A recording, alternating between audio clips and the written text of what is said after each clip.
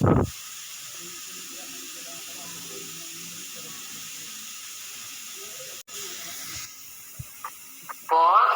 risk assessment.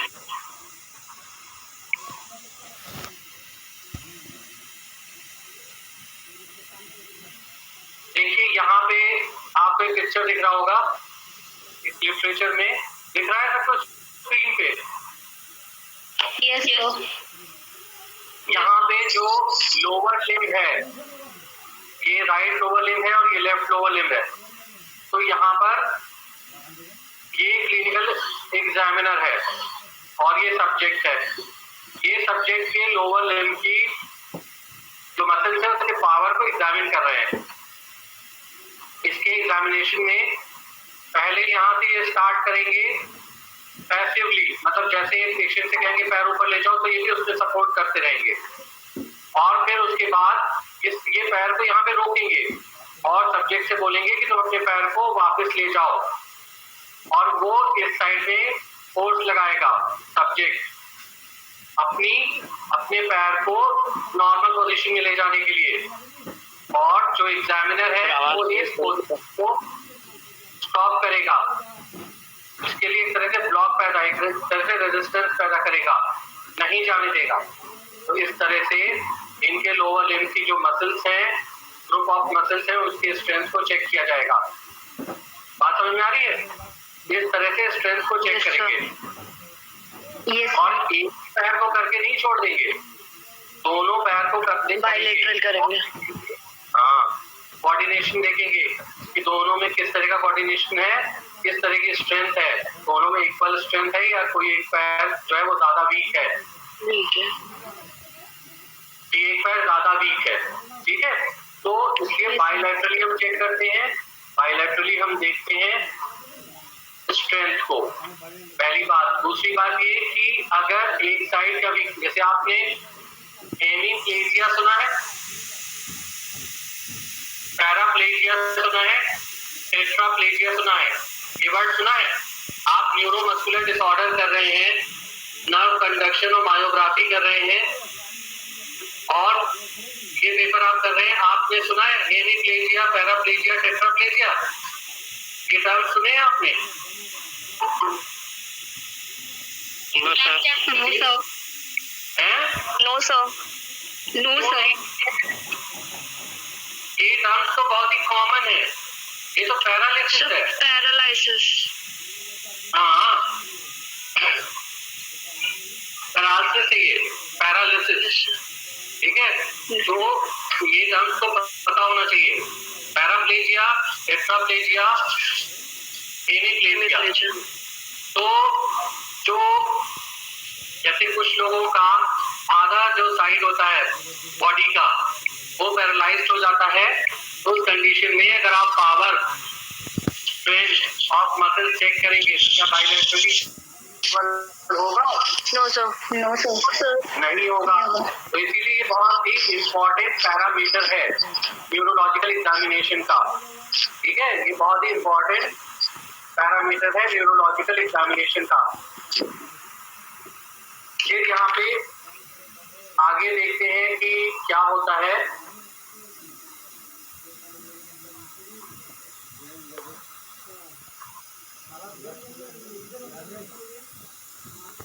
मैं एक दो आपको अपर लिम्ब और लोअर लिम्ब ट्रंक का एक दो मसल का एग्जामिनेशन आपको बता देता हूँ, क्योंकि सारे मसल के एग्जामिनेशन आपको नहीं बताऊंगा।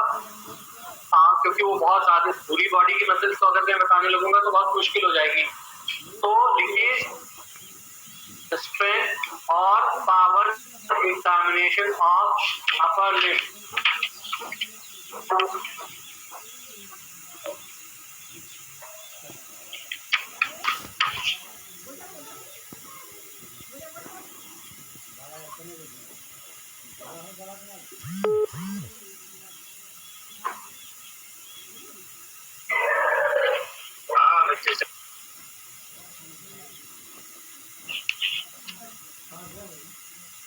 लिख लिया? Yes sir. Of upper limb, ठीक है। एग्जाम्पल में आप लिखिए abductor pollicis brevis. Sir voice break हो रही है आपकी। अच्छा, इसमें आप लिखिए, नहीं आ रही है सर। इसमें एग्जाम्पल में आप लिखिए abductor pollicis brevis. Abductor pollicis brevis. Abductor pollicis brevis is a muscles which is responsible for the movement of thumb। जो हमारा थंब होता है, अपर लिम्ब में जो थंब है उसके मूवमेंट के लिए एब्डक्टर या एब्डक्शन के लिए इंपॉर्टेंट होती है।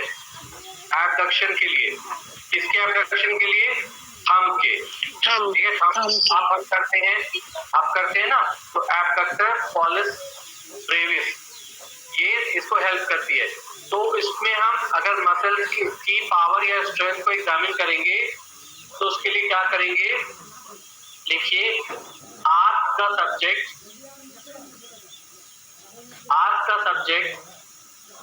To abduct, ask the subject to abduct his thumb in a plane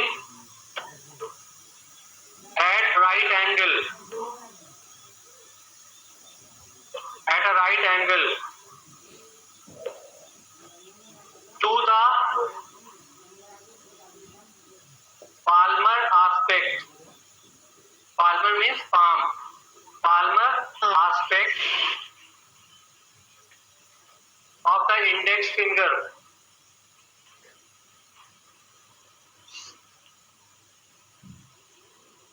Against the resistance of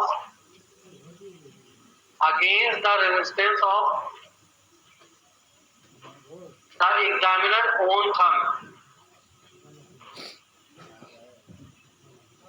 sir again.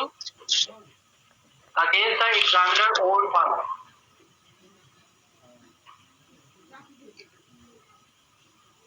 Against the resistance of examiner's own thumb. The muscles can be seen and felt to contract.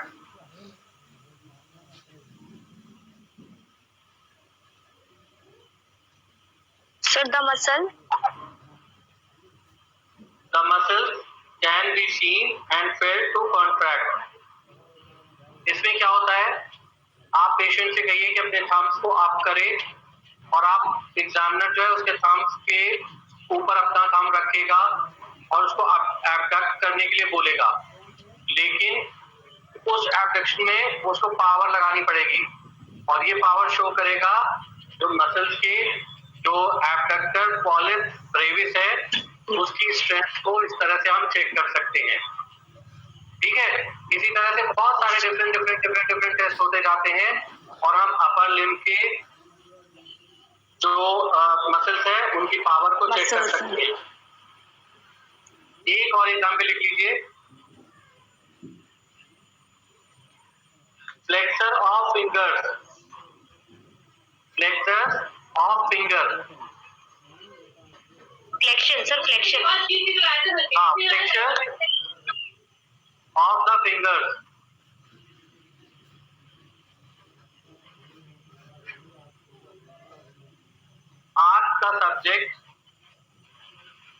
Ask the subject to squeeze fingers। मतलब आप उसे बोलिए कि वो अपनी उंगलियों को खींचे। कितनी जोर से वो खींच सकता है वो, और उससे आप जो फ्लेक्सर्स हैं, फिंगर्स की जो फ्लेक्सर्स हैं, उन फ्लेक्सर्स की स्ट्रेंथ को आप चेक कर सकते हैं। आप आ जाइए muscles of trunk. Muscles of trunk सही, नेक्स्ट है। हाँ, नेक्स्ट है। अभी अपर लिम्ब किया था, अब एक आप एग्जांपल लिख लीजिए। सर फ्लेक्सर्स वाले में हम कोई रेजिस्टेंस प्रोवाइड नहीं करेंगे। जैसे आप अगर अपनी फिंगर को सब्जेक्ट की फिंगर्स के बीच में रख दें और उसे मुट्ठी बंद करने के लिए बोले तो उससे आप स्ट्रेंथ चेक कर सकते हैं। इसके लिए एक एपरेटस आता है, वो अभी हम आगे उसको बताएंगे आपको, जिसको हम एर्गोमीटर बोलते हैं। वो इस तरह का जो टेस्ट होता है उसमें स्ट्रेंथ को चेक करता है फ्लेक्सर्स की। ठीक है, तो आगे अभी जब हम आएंगे, आपने सही क्वेश्चन रखा, बहुत अच्छा सवाल पूछा कि इसमें हमें स्ट्रेंथ कैसे पता लगेगी, वो कितने टाइटली अपनी फिंगर्स को बंद कर रहा है। ठीक है, हमें उसके स्ट्रेंथ का नहीं पता लगेगा, लेकिन अगर आप अपनी फिंगर्स को उसकी फिंगर्स के बीच में रखते हैं, स्क्वीज करने के लिए बोले तो स्ट्रेंथ आप पता लगा सकते हैं। लेकिन उसकी जगह पे एक एपरेटस यूज किया जाता है जिसका नाम हम अभी आगे आपको बताएंगे। ठीक है, क्लियर है? हाँ। Yes sir. अब आप muscles of the trunk,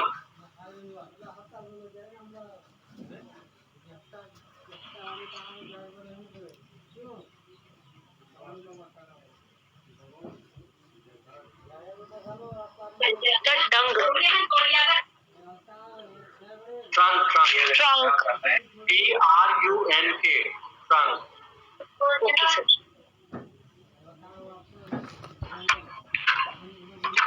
trunk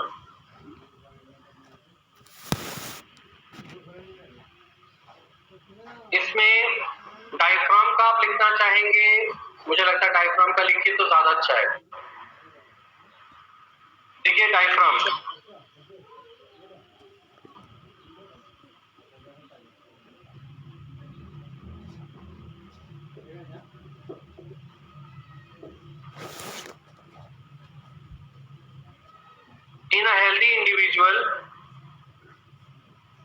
in a healthy individual,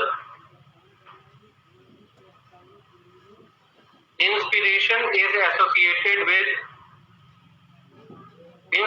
is associated with bulging and expiration.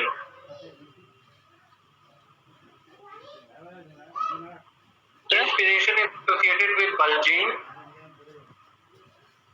and expiration with the fall of abdominal wall.